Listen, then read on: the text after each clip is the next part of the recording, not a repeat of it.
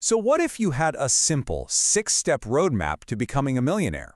Well, today we're breaking down exactly that. We're going to walk through the plan from financial expert Jaspreet Singh. Let's dive right in.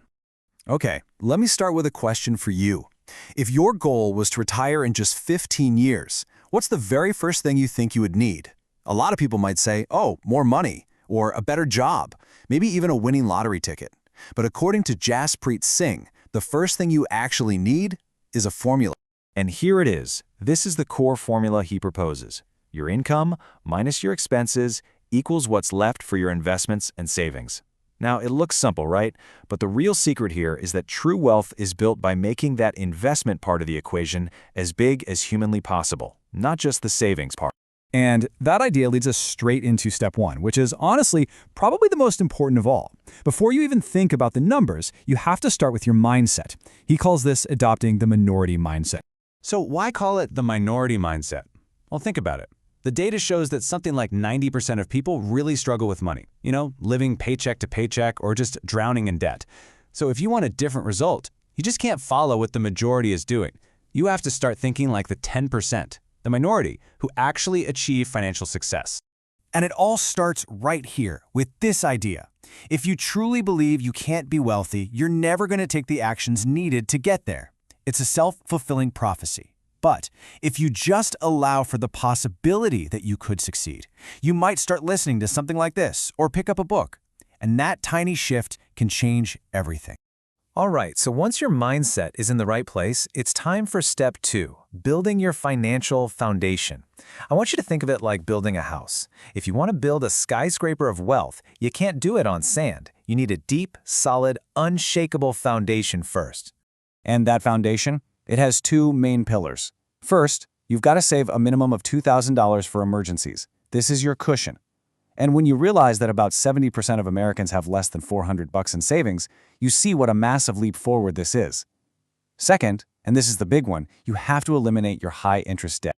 Why is getting rid of debt so critical? Well, get this. The average credit card debt per household in the United States is $6,200. That debt is like a giant anchor, just dragging your financial future down to the bottom of the ocean.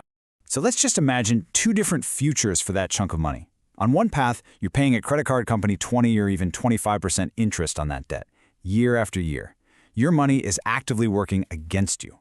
But what about the other path? What if you were earning a 20% return on that same amount? What happens when it starts working for you? The difference is it's just staggering. If a 21-year-old invested that $6,200 and earned an average 20% return without ever adding another penny, by the time they turned 66, it would grow to over $22 million. That is the insane, mind-blowing cost of high-interest debt. It is literally costing you millions. So here's the key takeaway. Your salary isn't what's holding you back. Your biggest enemy, the number one obstacle standing between you and wealth, is that high-interest debt. Wiping it out is the single most powerful financial move you can possibly make. Okay, so once that debt is gone and you can finally breathe, we can move on to steps 3 and 4. These are all about creating an automatic, hands-off system to manage the money you have coming in. Jaspreet suggests a really simple system. He calls it the 75-15-10 rule. Every single time you get paid, 75% is for your lifestyle and spending, 15% goes straight to your investments, and 10% goes into savings. Now here's the cool part. Once your emergency fund is full, you redirect that 10% for savings right into your investments, and that's when you really start to accelerate your growth. Now, to keep that 75% for spending from getting out of control, he uses this brilliant little mental trick he calls the rule of 5. Before you make a big purchase, let's say it's a $200 belt you really want, you have to ask yourself, could I afford to buy 5 of them for $1,000 without even flinching? If the answer is no, then you can't truly afford one. It's an amazing way to stop lifestyle creep in its tracks. Now, step 4 is all about your home.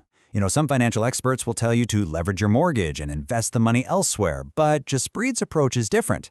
He prioritizes paying off your home loan as fast as you can, and the reason isn't just about math. It's about the deep, profound peace of mind you get from owning your home free and clear. It's a powerful kind of psychological security. All right, we're on to the final 2 steps, and these are all about playing offense and defense with your money. With your financial system humming along, it's time to get aggressive about growing your wealth and then, just as important, protecting it. So if we want to really ramp up that investment part of our original formula, there's only one way to do it. You have to increase your income. Jospert lays out two main paths. First, prove your value at your current job and ask for that raise. Show them how you're making the company more money. Or second, use the skills you already have to start a side hustle. And hey, once it out-earns your main job, you can decide if you want to go all in. Now, let's talk about defense, because as your wealth grows, you unfortunately become a target for lawsuits. There's this old joke in the real estate world that says if you haven't been sued, you just haven't been in the business long enough. And that brings us to the crucial step 6, asset protection. Jaspreet actually learned this the hard way. A tenant tried to sue him over a supposedly slippery bathtub, but he was totally protected because he had 3 layers in place. First, his properties were owned by an LLC, not by him personally. Second, he had the right insurance. And third, he had a management company that documented everything, which proved the lawsuit was completely frivolous. And this story just highlights a critical truth. Earning and investing your money, that's only half the battle. Building a fortress around that wealth to protect it from being taken from you is the second, equally important half of the journey. So there you have it, a 6-step plan that takes you from mindset all the way to protection. The roadmap is clear, but the journey? Well, that requires action. So the real question isn't just which step will you start today, it's what will your life look like in 5 years if you do.